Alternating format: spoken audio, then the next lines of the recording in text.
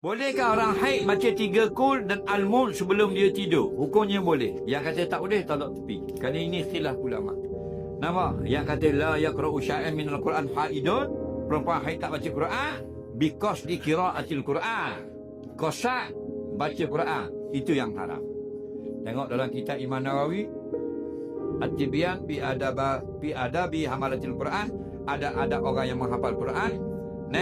Maka kalau kita ni perempuan haid, selalu kita doa amal baca 3 Qul untuk sebelum tidur, jaga daripada khianat orang, jaga daripada sihir. Maka dalam hadap besar boleh juga baca sebagai isti'azah, sebagai doa berlindung, bukan niat baca Quran.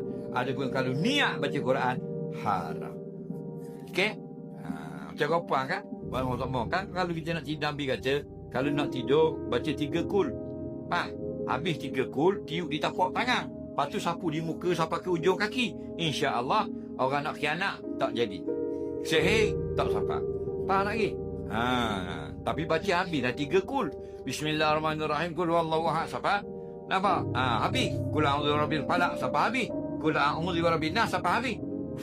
Tiup di tapak tangan. Jangan 3 Qul je. 3 Qul. Kali kira bodoh bang, 3 Qul. Nampak tak?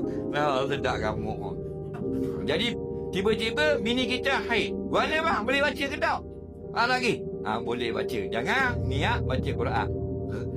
Bighairi qasdi qiraatil Quran. Ulama besar dengan tidak niat, tidak qasad membaca Quran.